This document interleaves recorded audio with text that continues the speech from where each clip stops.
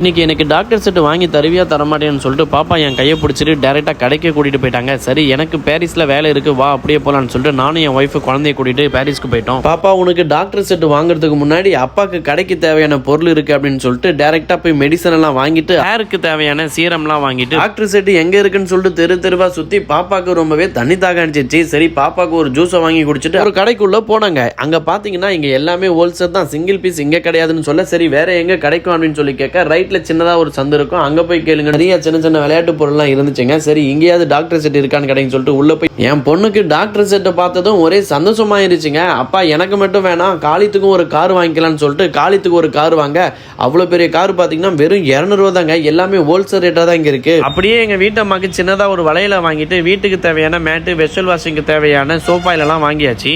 Doctor செட்டை வாங்கினாலும் வாங்கிச்சு யார் கையிலும் கொடுக்காம அதுவே கையில வச்சுக்கிட்டு வருதுங்க.